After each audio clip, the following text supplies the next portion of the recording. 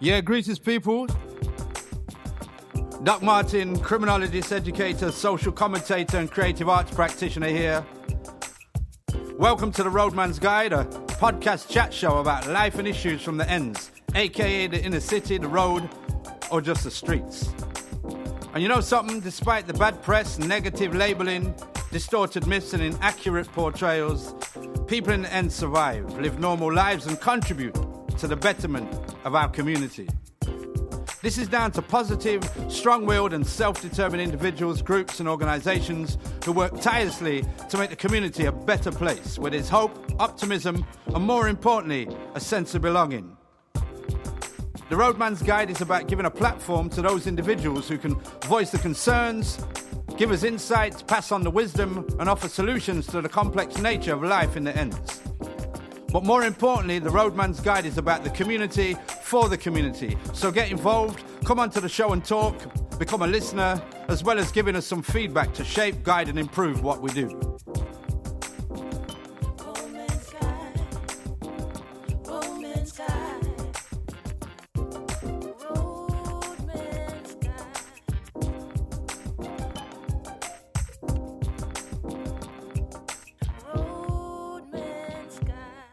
Yeah, greetings, people. Welcome to the Roadman's Guide. One of the things for me, as I look around the community and I see a lot of despair, people getting upset, and in the middle of it, you kind of meet some extraordinary people doing some extraordinary things. And one of the things we're going to look at today is community in relation, when society writes communities and individuals off, how do they rise above it? And they do great things. And it kind of gives me great pleasure to welcome today to my guest, Mohammed. So I just want to say welcome. Thank you very much. Glad to be here. Well, I want to start with Mohammed. Yeah. Before we get on to the kind of nitty-gritty of the interview, talk to the audience a little bit about, Mohammed, about growing up, your background, where you come from. Well, I come from the inner city areas of Birmingham. All my life, I've lived in either Handsworth, Winson Green, and more Handsworth. It's been a case of either Handsworth, Winson Green, or Handsworth, and that's been the case for the past 27 years. Yeah, well, as a youth growing up, because, you define yourself as a young Bangladeshi man. Yes. Can you kind of, for people listening, could you kind of describe being a Bangladeshi young man? What did that mean, like in your primary school, growing up, getting into secondary school? What did that actually mean? Well, I think in the South Asian community, the Bangladeshi community is the smallest in Birmingham. In fact, it's so small for me personally, more so because I don't have much family here in Birmingham. Majority of my family are in London or the US in Chicago. For me, growing up, there wasn't many Bangladeshi people that I grew up with because, say, for instance, my school, I was one or two Bangladeshis in my cohort. So everyone assumed that I was Pakistani for the most part. Do you know, for the listeners, because obviously within the black community, there's a lot of diversity, different Caribbean islands from Africa. When I was growing up, the word Asian meant one homogeneous mass of people. I mean, could you kind of talk us through what it felt like being mistaken for another culture, even though the word Asian was applied to everybody? So what was the pressure that you was under? I think there wasn't much pressure necessarily. I think more it was due to the fact that Bangladeshi people were associated to be more darker in terms of complexion than Pakistani people and Indian people, and me being light-skinned or more fair than the average normal Bengali. I think it was just their appearance, the visuals that made that got people mistaken for who I actually was in terms of ethnicity. So when you was at school, I mean, what was it like at school? Was everybody sniping at each other's difference? Yeah, there was a bit of that. There was a bit of banter in relation to race and ethnicity. It was harmless. In hindsight, when you think about it, there were some elements of there were racial elements, but back then, it was just the norm being, called different types of names in relation to your ethnicity and stuff like that. So it was fine with me. In fact, my school friends my classmates only found out that I was Bangladeshi in year 10. that was like 4 years after I started secondary school. And when they found out, it was like some sort of a massive revelation, and something that they couldn't even comprehend. In fact, I remember one day after school when they found out, there was a massive gang of boys around my dad's car. My dad would pick me up now and again, and they was just quizzing my dad whether or not I was Bangladeshi. And then he had to actually say, yes, he is, and so am I, the family is. So when you was at school growing up, I mean, how did your difference affect your education? I mean, what was you like at school? Was you clever? Was you a swot? I mean, what was you like at school? I think I was mischievous. I was always not necessarily creating trouble, but I would always be in a mix of trouble. When you're in inner city secondary schools, in comprehensive schools, it doesn't take much for you to be engrossed into trouble. And sometimes if you don't have a defense mechanism, and what I mean by defense mechanism is if you don't have an older brother or sister looking out for you in school, it becomes very difficult because I'm the only child in my family. So I've never had that defense mechanism whereby I've relied on my older brothers or even brother for that matter. I've had to do things on my own. So did you fight a lot at school? Yeah, I fought a lot at school. You had to fight a lot at school. You had no choice. Sometimes it was forced upon you. Other times you'd find yourself in a situation whereby contacts, fights would just escalate abruptly. Yeah, but I know you box, but was the route into boxing started at school, or did that come later on? No, that came later on in terms of controlling my aggression. I felt as though that there was a point whereby my aggression was escalating. It was going beyond just play fighting in school. It was becoming something that was starting to affect me socially and personally. So one of the ways to pretty much negotiate that energy was to put it into something of good use, and that was boxing. So who was the target for your aggression? Was it just anybody, or did you target specific individuals, groups? I would necessarily never go out my way to target someone. I've never ever started a fight. I've always been involved in fights somehow, or I've always been pretty much the person that's having to defend himself. So it was more to do with the fact that if anyone started any trouble with me, there'd always be an element of defense, and that defense would often be combat fighting. So when you left school, I mean, what did you leave school with? Well, I left school with, I think it was about 9 GCSEs, 8 Cs. In fact, this is the interesting part.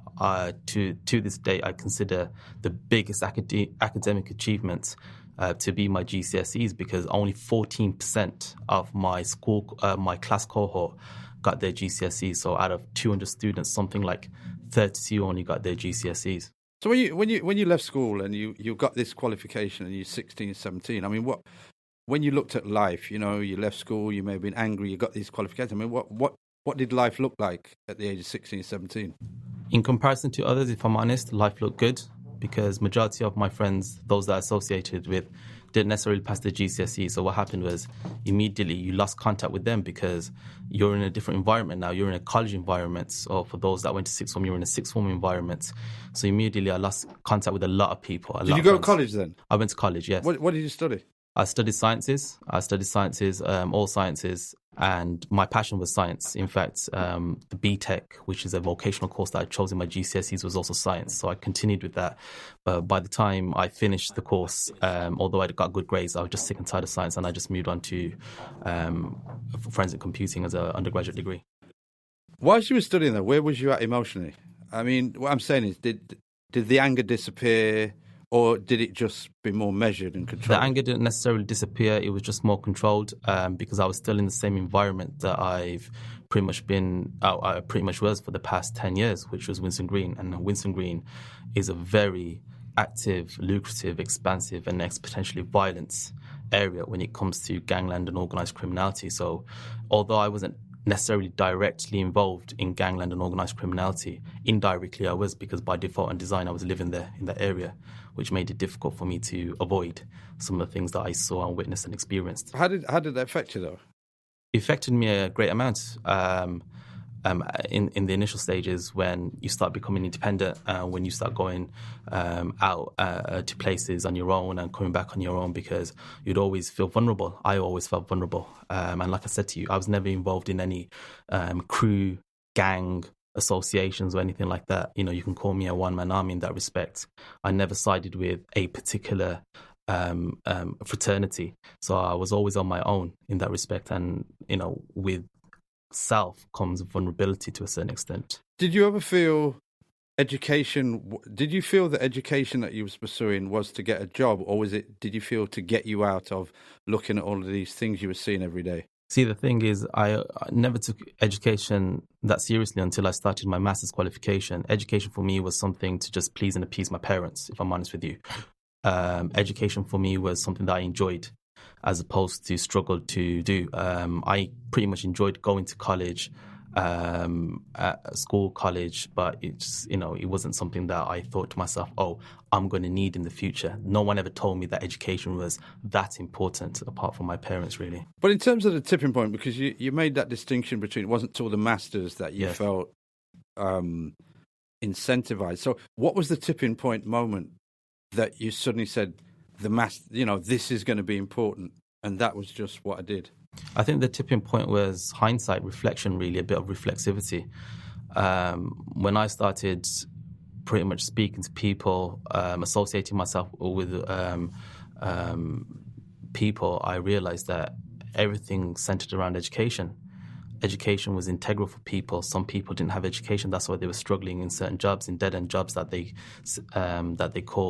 labeled. And other people were saying that education is key in terms of self-progression and moving yourself away from the ends, the inner city, the ghettos. So I knew straight away that education is something that I needed to take seriously, and I needed to invest time in, and I needed to ensure that education was going to be something that was going to help me, not only for myself in the future, but also for my family. What was your master's qualification in? So my master's qualification was in criminology. It was an MA in criminology. And the reason why I decided to do the MA in criminology was because a few years beforehand, I was studying for a forensic computing degree, a BSc. Can you, before you go any further, because for people listening, they see computing as, Windows 10 or like that. What is forensic computing? Forensic computing was a course that entailed any form of digital investigation. So any device that held information, data that could be investigated, that was forensic computing. So I could pretty much extract any form of information on any particular technology that held data. My course taught me how to program, how to recover data from burnt hard drives, waterlogged hard drives, and even to a certain extent, ethical hacking, how to hack into devices. So the move from forensic into criminology, was that a natural progression, or you were just sick of forensic computing? No, that wasn't a natural progression. In fact, the story behind that was as soon as I graduated, I started working for this forensics firm. And my job was, as a data analyst, to extract information given by the police. So, for instance, the police would give you a burnt-out hard drive or a damaged hard drive, and I'd have to work under the custodial time. And it was my job to extract information and give it back to the police. Now, the thing was this. I was able to do my job effectively, but one of the things I didn't understand was why was it that offenders were storing indecent images or fraudulent information on hard drives? Who were these offenders? What was the reason for committing these kind of crimes? So I was asking the who question and what question a lot. And forensic computing, the degree didn't give me that because it was a very practical, functional degree. So that's why I decided to do the MA criminology in order to get a holistic understanding of offenders, victims, and the criminal justice system. When you was on a master's, coming from your background, inner city, Bangladeshi, reflecting on, all of that kind of stuff. Yes.